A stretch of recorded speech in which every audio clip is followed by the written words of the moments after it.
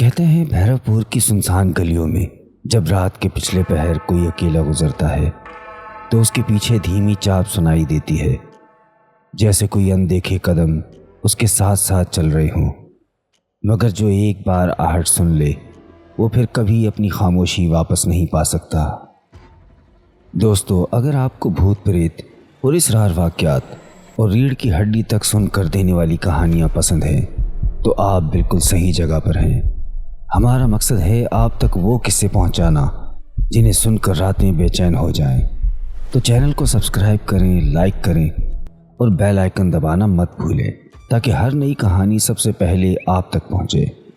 तो बिना किसी देरी के चलते हैं अपनी बकिया कहानी की तरफ। शाम का वक्त था। कस्बे से दूर वाक़े पुराने गांव भैरवपुर की गलियां हमेशा की तरह सुनसान हो चुकी थी। आसमान पर हल्के बादल तैर रहे थे और ठंडी हवा के झोंके उस बोसीदा हवेली की टूटी खिड़कियों से टकराकर सनसनाहट पैदा कर रहे थे। गांव के लोग उस हवेली के करीब से गुजरने से भी कतराते थे। कहते थे वहां अजीबोगरीब आहटें सुनाई देती हैं, जैसे कोई अनदेखा साया आसपास घूम रहा हो। रीना अपने दोस्तों के साथ गांव घूमने आई थी। सबने हंसते हुए चैलेंज दिया, चल रीना, तू तो बड़ी बहादुर बनती है। अगर वाकई हिम्मत है तो ज़रा हवेली के अंदर जाके दिखा। रीना ने मुस्कुराकर कहा, मुझे किस बात का डर, भूत प्रेत जैसी कोई चीज़ नहीं होती।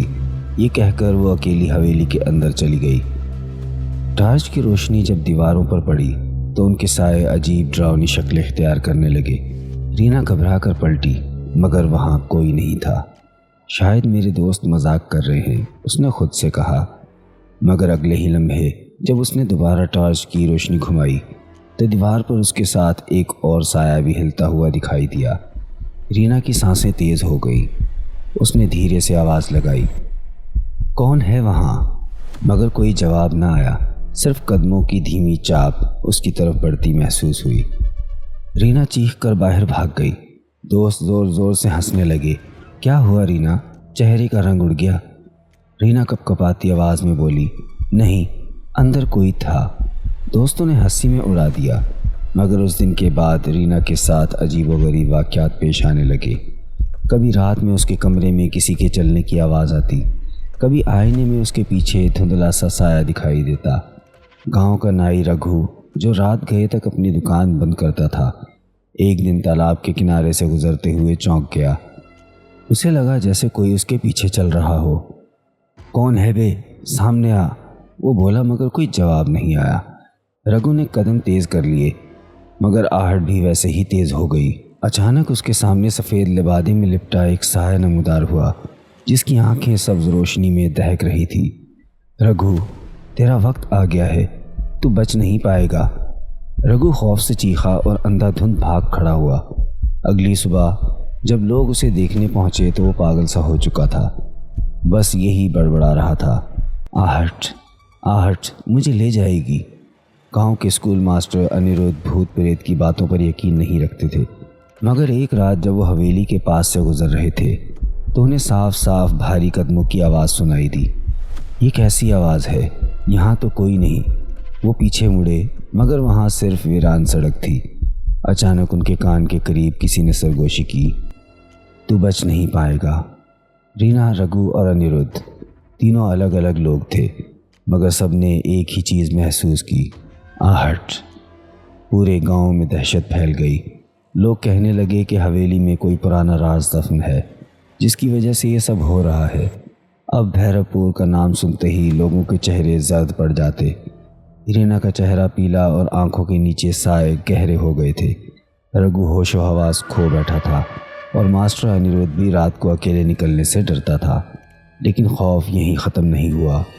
सविता हर रात अपने आंगन में तुलसी के दिए जलाया करती थी। उस रात भी उसने ऐसा ही किया, मगर जैसे ही दिया रोशन हुआ उसे यूँ लगा जैसे कोई उसके आंगन में खामोशी से खड़ा है। कौन है वहाँ? अंधेरे में कुछ दिखाई नहीं दे रहा था कि अचानक हवा का एक तेज़ झोंका आया और सविता के आंगन में जलता दिया बुझ गया। उसने घबरा कर माचिस जलाई, मगर जैसे ही रोशनी फैली उसकी निगाह आंगन के कोने में पड़ी। वहाँ एक औरत खड़ी थी। काली साड़ी में मलबूस, बाल बिखरे हुए, आंखों में पुरस्रार चमक। श्वेता के लबों से बेसाख्ता निकल गया, है भगवान। वो औरत धीरे धीरे आगे बढ़ी और उसके कान के करीब आकर सरगोशी की। और सुनो, तुम्हें लेने कोई आ रहा है। श्वेता के मुंह से एक दिल दहला देने वाली चीख निकली। घर वाले दौड़ कर आए मगर आंगन में कोई न था। उसी रात मोहन ने फैसला किया कि अगर यहाँ वाकई कोई बदरू है तो आज वो उसको शांत करेगा। उसने मंत्र पढ़ने शुरू किए। अभी कुछ ही लम्हे गुजरे थे कि हवेली की सीढ़ियों पर कदमों की धीमी चाप सुनाई देने लगी। उसने पुकारा, कौन है वहाँ? मगर कोई जवाब न आया। अचानक उसके सामने लोहे की जंजीर खुद ब खुद हिलने लगी। मोहन का कलेजा दहल गया, लेकिन उसने हिम्मत न हारी और मंत्र पढ़ता रहा। तभी दीवार पर खून से उभरते हुए अल्फाज दिखाई दिए, आहट से बचना नामुमकिन है।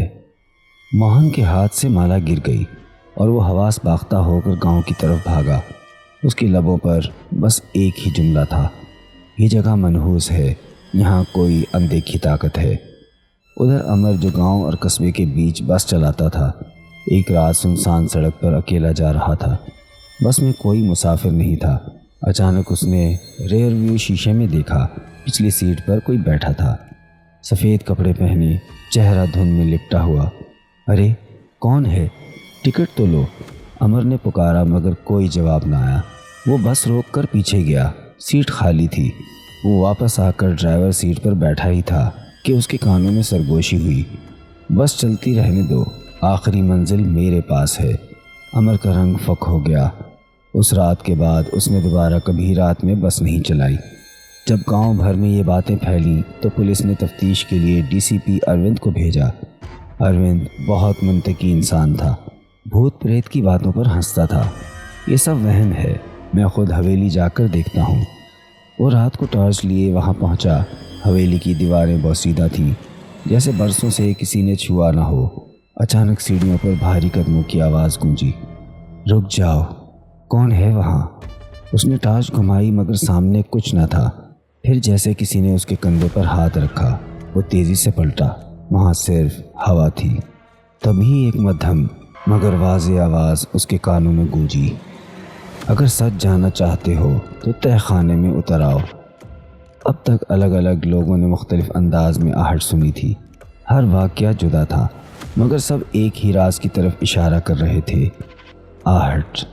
रीना ने कहा, मुझे लगता है हवेली में कोई गहरा राज छुपा है। जब तक उसका पता नहीं चलेगा हमें सुकून नसीब नहीं होगा। अंकित ने घबरा कर कहा, क्या तू पागल हो गई है? तो फिर वहाँ जाना चाहती है? रीना ने मजबूत लहजे में कहा, हाँ, अगर सच सामने ना आया तो ये आहटें हमेशा सुनाई देती रहेंगी।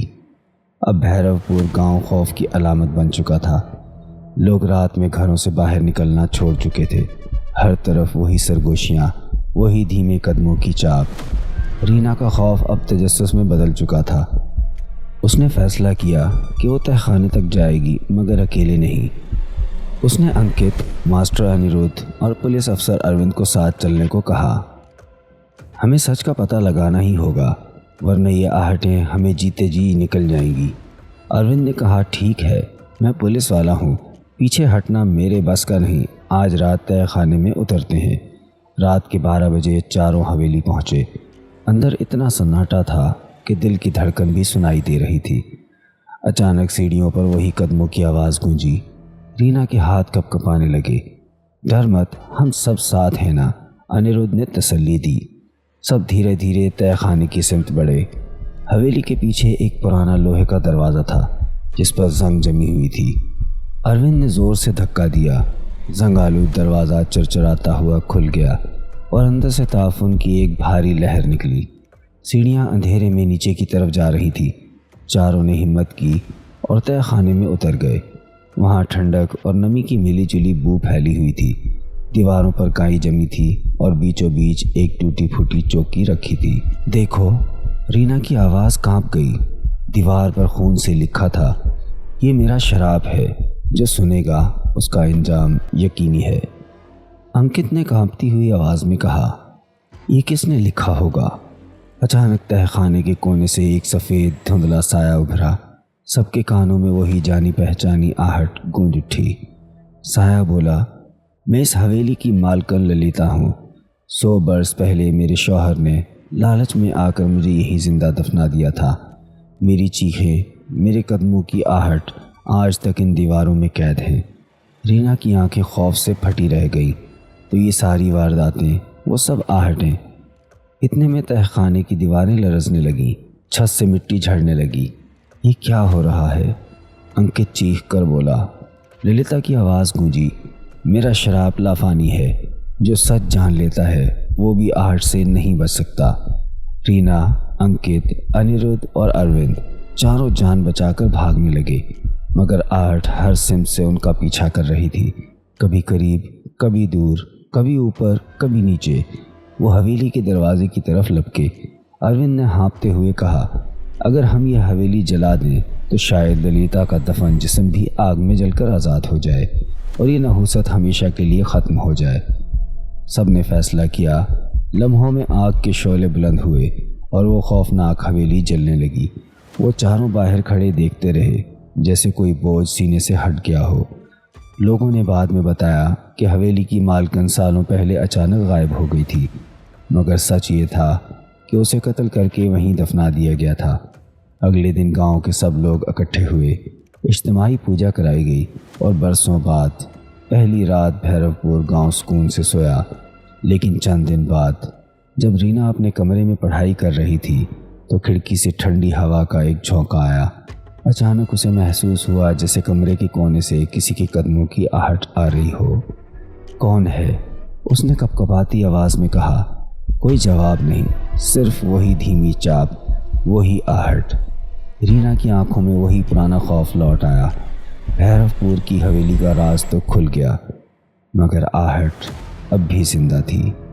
कहते हैं जो एक बार ये आवाज़ सुन लेता है उसकी ज़िंदगी कभी वैसी नहीं रहती। आहट सिर्फ एक आवाज़ नहीं, एक अंधेरा साया है जो हर वक्त आपके पीछे पीछे चलता है। कभी वो सुनाई देता है, कभी नहीं, मगर उसकी मौजूदगी हर लम्हा दिल के दरवाजे पर दस्तक देती रहती है।